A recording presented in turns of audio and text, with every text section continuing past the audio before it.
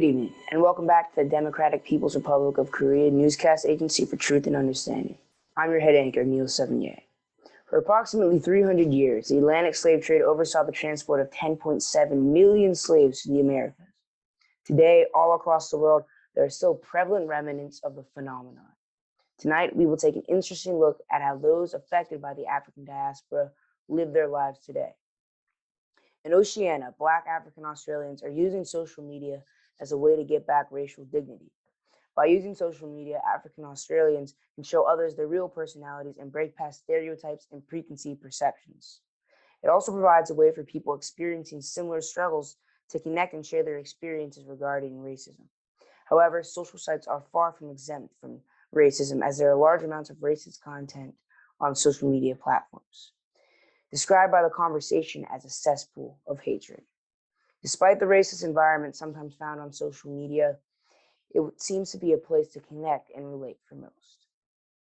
Well, that's it for tonight's story. And now over to Shumi in sports. Hello, and welcome to the sports column of channel PRNKATU, the best news that is available to you, where I'll be sharing with you the most important news about sports that every sports fan should know about. I am your host, Shumi Ibushi.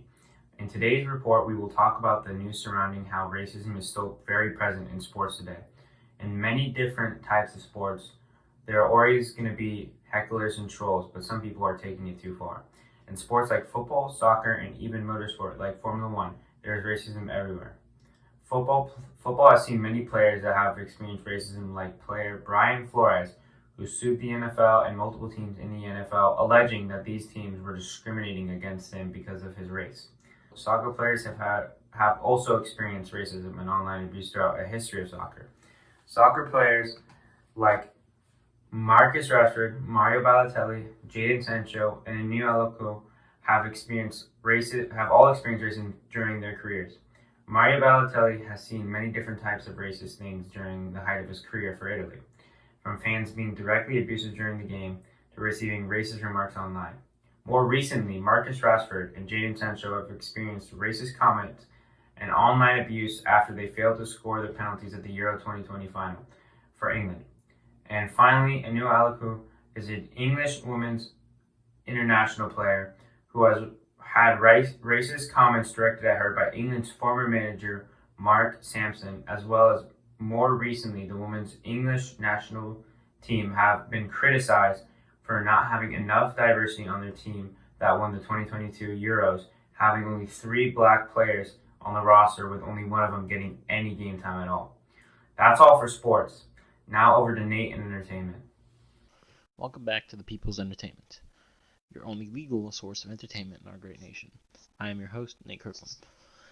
In the entertainment world, the African diaspora has had massive effects. These effects have not only affected America, but other places such as South America.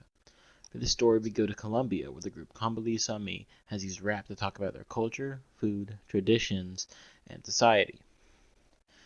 The group raps in their language called Palenque, which is a mix of Spanish and the Bantu languages, commonly spoken in Central Africa. One particular song called Ma Quagro talks about how in their town there is no police due to the size of the population, which is around 3,500. Instead, groups of people come together in groups called Ma Quagro. These groups all come together to form the laws in the town and how they are enforced. Due to the lack of police, the people in their town enforce the laws on their own. Despite the large population, almost everyone in their Ma Quagro know each other and are able to enforce the laws whenever they see someone breaking it. The group like to film their music videos inside their town and give back to the town whenever possible to show off their community and the people inside of it. Now off to Wesley, our cultural analyst. Thanks, Nate, for your entertainment broadcast. Today in the DPRK, we celebrate African culture. I'm Wesley Wilson, a cultural analyst and historian for DPRK and ATU. Today we will dive into African diaspora and how the spread of people, their culture, and religions brought new ideas to the Americas.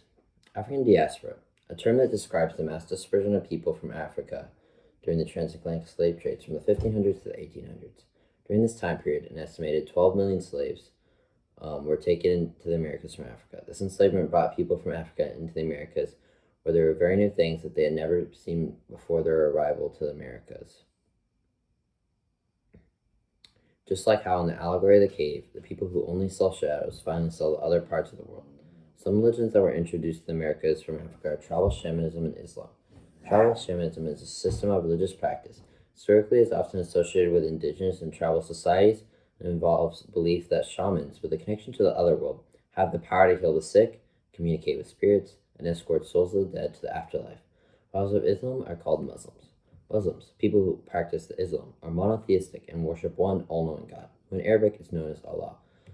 Followers of Islam aim to live a life of complete submission to Allah. When religion and culture diffuse new places, it brings new light, ideals, and further knowledge. Thanks for listening to today's Culture and Religion presentation by Wesley Wilson. That's all. Thanks for tuning in. Make sure to join us tomorrow for more interesting news. Thank you.